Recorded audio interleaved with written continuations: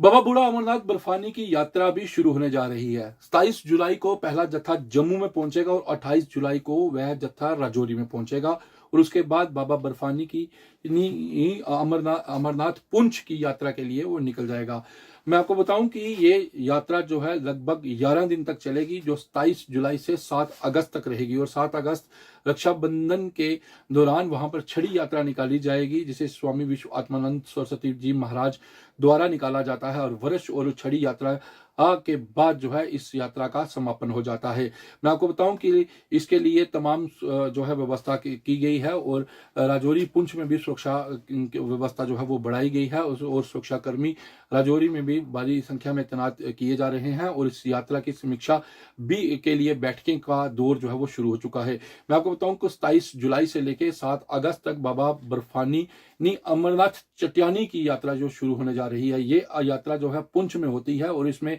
ये कहा जाता है कि जो बाबा अमरनाथ चट्यानी का मंदिर है वहां पर एक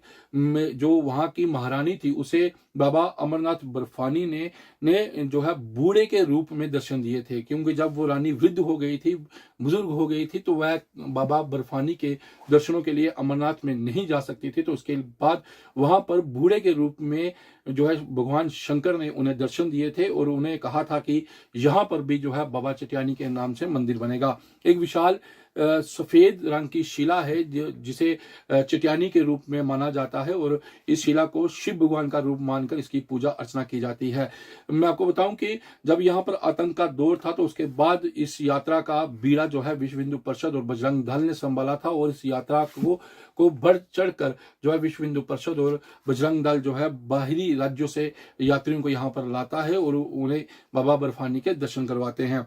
इसी के साथ साथ एक कथा इसके साथ जुड़ती है। कहते हैं कि जिस तरह से माता वैष्णो देवी के दर्शन के बाद अगर आप भैरव बाबा के दर्शन ना करो तो आपकी यात्रा असफल मानी जाती है, उस यात्रा को सफल नहीं माना जाता है। तो इसीलिए जो लोग बाबा अमरनाथ बर्फानी के दर्शनों के लिए कश्मीर घाटी की ओर जाते हैं, अगर वो उस यात्रा को करने के बाद अगर आप बाबा चट्यानी पुंछ के दर्शन ना करें तो आपकी यात्रा असफल मानी जाती है। और इस यात्रा को सफलता पूर्वक अगर आप करना चाहते हैं तो बाबा बर्फानी अमरनाथ के दर्शनों के बाद आपको बाबा चट्यानी के दर्शन पुंछ में जरूर करने चाहिए। तो कई यात्री ऐसे भी हैं जो बाहरी राज्यों से आते हैं, वो बाबा अमरनाथ बर्फानी की यात्रा के बाद बाबा चट्यानी के दर्शन करते हैं और उसके बाद यहाँ से वो शिवखोड़ी चले जाते हैं और फिर माता वैष्णो देवी के नाम से होते हुए फिर अपने घरों को लौटते हैं। क्योंकि जम्मू कश्मीर को पीरों फकीरों की, संत महात्माओं की धरती कहा जाता है, तो इसी के बीच में ये धरती जो है स्वर्ग की तरह दिखाई देती है और इससे स्वर्ग ही कहा जाता है। इसीलिए कश्मीर को, जम्मू कश्मीर को भारत का ताज जो है वो कहा जाता है और कश्मीर के अंदर कई ऐसे धार्मिक स्थल हैं जिन्हें